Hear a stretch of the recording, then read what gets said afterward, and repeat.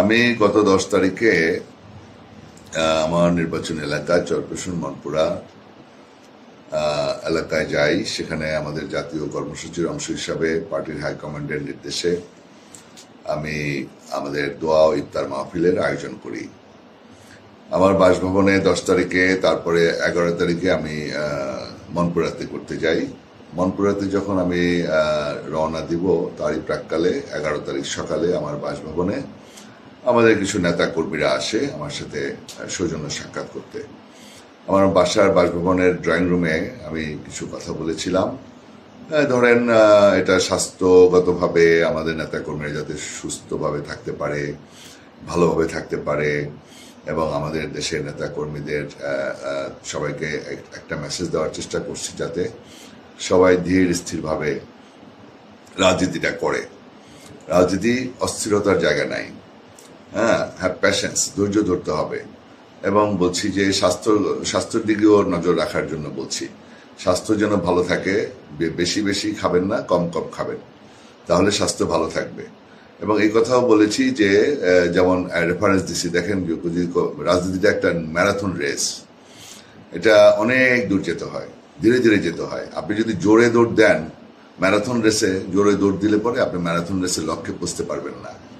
আপনি মাঝপথে আপনি হোঁচট খেয়ে পড়ে যাবেন, চিত হয়ে পড়ে যাবেন। তো আমি এইভাবে আমার নেতা কর্মীদের উদ্দেশ্যে একটা পরামর্শ দিয়েছি যাতে তারা ভালোভাবে চলতে পারে, অস্থির না হয়, ধীর স্থিরভাবে আগায়। আর হঠাৎ করে আবার কেউ কেউ নেতা হইতে চায়, লাভ দিয়ে উপরে উঠতে চায়, তারপরে থপাস করে পড়ে যায়। তো এটা যেন না হয়, ধীরে ধীরে রাজনীতিতে আগান। আমার অনেক নেতারা আমার কাছে অনেক বড় বড় পোস্ট চায়, ভাই আমি অনেক কষ্ট করছি, আমার বড় পোস্ট দেন, লাভ দিয়ে উঠতে চায়। তো তাদের উদ্দেশ্য বলছি যে আস্তে আস্তে আগান, ধীরে স্থিরভাবে আগান, তাহলে টেকসই থাকবে, টেকসই হবে। রাজনীতিটা সুন্দরভাবে আগাইতে পারবেন, আস্তে আস্তে পথ পাবেন, সে পথটা ধরেও রাখতে পারবেন। তাছাড়া দেশের সার্বিক অবস্থা, এলাকার নেতা কর্মীরা, সাধারণ মানুষ যাতে ঠিকভাবে থাকতে পারে, তাদের নিরাপত্তা নিশ্চিত করতে বলছি। সবাই যেন নিরাপত্তার সাথে থাকে। আমাদের দেশের মানুষ অত্যন্ত সহজ সরল, তাদের যেন কোনোভাবেই তাদের উপরে জুলুম, অত্যাচার, নির্যাতন করা না হয়, এবং কারো যেন হক কেড়ে নেওয়া না হয়। এবং আমাদের সবসময় একটা জিনিস খেয়াল রাখতে হবে, এই কথা বলেছি যে কারো হক মারাটা ঠিক না, তাহলে কবরে গিয়ে আপনাকে ধরবে আল্লাহ তালা ধরবে। মুসলমান হিসাবেও এটা আমাদের দায়িত্ব। আমরা কারো হক, আমাদের ধর্মীয়ভাবে নির্দেশ আছে যে কোনোভাবেই কারো হক মেরে না খাওয়া। সেই কথাগুলো আমি বলার চেষ্টা করেছি। এবং পাশাপাশি কোনো শিশু, নারী এবং মুরব্বীরা, সাধারণ মানুষ, তারা যেন নিরাপত্তার সাথে বসবাস করতে পারে, যার যার ব্যবসা বাণিজ্য সুন্দরভাবে তারা যেন পরিচালনা করতে পারে, কেউ যেন কারো উপরে কোনো ব্যাঘাত সৃষ্টি না করে। নেতাকর্মীর উদ্দেশ্যে এই সমস্ত মেসেজগুলো আমার ছিল। আর আপনি যদি লক্ষ্য করেন, আমি আরো 5টা ইফতার পার্টি করেছি এখানে। আমার চরপেশন উপজেলা একটা বড় আকারে করেছি, মনপুরা উপজেলায় করেছি 11 তারিখ। 12 তারিখ আমার দক্ষিণাইচা থানায় ছিল, সেখানেও বড় একটা ইফতার পার্টি হয়েছে। তারপরে শশীভূষণ থানায় আমার বড় একটা ইফতার পার্টি হয়েছে, সেখানে প্রায় 4-5 হাজার প্রত্যেকটা জায়গায়। দুলারহাট থানা, আমার 3টা থানা এবং 2টা উপজেলায় আমি 5টা প্রোগ্রাম করে আমি 15 তারিখ ঢাকা চলে আসছি শেষ করে। আপনার এখানে প্রত্যেকটা বক্তব্যে আমি পরিষ্কার বলেছি যে আমাদের পার্টির ভারপ্রাপ্ত চেয়ারম্যান দেশ নায়ক তারেক রহমান সাহেব যে নির্দেশ দিচ্ছেন, বারবার বলে যাচ্ছেন আমাদের নেতা কর্মীদেরকে শান্ত থাকার জন্য, সাধারণ মানুষের সুখে দুঃখে পাশে থাকার জন্য। কোনো রকম জুলুম, অত্যাচার, নির্যাতন কোনোভাবেই গ্রহণ করা হবে না, অ্যাকসেপ্ট করা হবে না, এবং তাদের বিরুদ্ধে সাংগঠনিক রাজনৈতিক ব্যবস্থা গ্রহণ করবেন।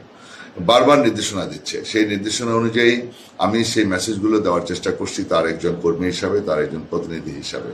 আমি সেখান থেকে 3বার নির্বাচিত হয়েছি। গত 2018 সালে আমি টোটাল 6বার নমিনেশন পেয়েছি। গত 18 সালে আমি নির্বাচন করেছি। আওয়ামী লীগ ফ্যাসিস্ট, তারা ফ্যাসিস্ট কায়দায় আমার ভোট চুরি করেছে, তা না হলে আমি আল্লাহর ইচ্ছায় 6বারই আমরা নির্বাচিত হতাম। তো যাই হোক, এখন আমার সেখানে বক্তব্যগুলো পরিষ্কার দেখেন। সাধারণ সন্ত্রাস, চাঁদাবাজ এবং ইয়াবা ব্যবসায়ী বা যে কোনো ধরনের মাদক ব্যবসায়ী এর বিরুদ্ধে আমি সোচ্চার কণ্ঠে আওয়াজ তুলেছি এবং বলার চেষ্টা করেছি এগুলির সাথে যেন কেউ জড়িত না থাকে, তাহলে আমাদের দলের সাথে থাকতে পারবেন না কেউ। আমি তাদেরকে দল করতে দিব না।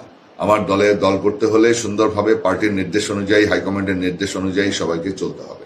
এবং আমাদের পার্টির সাধারণ মানুষের সাথে মিশতে হবে, সুখে দুঃখে মানুষের পাশে থাকতে হবে। আওয়ামী লীগের ফ্যাসিস্ট, যুবলীগ, ছাত্রলীগ এবং কৃষক লীগ তারা যে আচরণ করেছে সেই আচরণ করা যাবে না। এবং এই কথাও বলেছি, যদি সেটা করেন তাহলে পরিণতি কিন্তু ওদের মতোই হবে। সে সমস্ত সাবধানের বাণী ছিল আমার বক্তব্যে। কিন্তু একটা মহল, একটা বিশেষ মহল, স্বার্থান্বেষী মহল আমার বক্তব্য কিছু অংশ আপনার আপনার মানে নেগেটিভ ভাবে আপনার প্রচার করার চেষ্টা করেছে। আমি দেখলাম কালবেলা দু একটি মিডিয়াতে, অনলাইন মিডিয়াতে, আপনার 24, সেখানে আমার বক্তব্যটা খণ্ডিত অংশ আপনার পরিবেশন করা হয়েছে, যাতে করে নেগেটিভ ভাবে মানুষের কাছে উপস্থাপন করা হয়। এটা আমি মনে করি অ্যাবসলিউটলি ফ্যাব্রিকেটেড এবং উদ্দেশ্য প্রণোদিত। এবং এই সমস্ত বিষয়গুলো আমাদের সংশ্লিষ্ট মহল খুব সাবধানে, আমার মনে হয়, এভাবে মিডিয়ার ট্রায়াল না করে, মানুষকে অপমান না করে এভাবে মানুষের জাতির সামনে ভিন্নভাবে উপস্থাপন করা আদৌ ঠিক না। এটা আমি আশা করি আপনারা যারা আছেন সংশ্লিষ্ট মহল তারা খুব সচেতন থাকবেন। এবং এটি আমার বক্তব্য। সবাইকে